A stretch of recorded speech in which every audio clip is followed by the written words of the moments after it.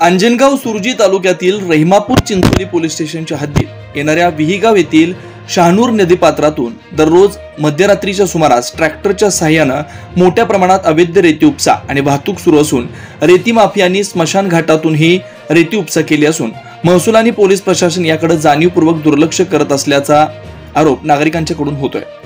विहीगाव येथील अवैध रेती उत्खननाचा विषय वारंवार पोलीस प्रशासन व महसूल प्रशासनाच्या लक्षात आणून दिल्यानंतरही रेती माफियांकडून राजरोसपणे अवैध रेती उत्खनन सुरू आहे। गेल्या 5-6 वर्षात संपूर्ण नदीपात्र खोदून काढल्यानंतर आता चक्क शहानूर नदीपात्रालगत असलेल्या स्मशानभूमीच्या आवारात अवैध रेती उत्खनन सुरू आहे। स्मशानभूमी परिसरात रोजगार हमी योजनेअंतर्गत लावण्यात आलेल्या मोठ्या वृक्षांची मुळे उघडकीस पडली आहेत। तर गेल्या काही दिवसांपासून रेती माफियांनी चक्क स्मशानभूमीत पुरलेल्या मृतदेहाच्या थडग्यापर्यंत जाण्याची मजल केली।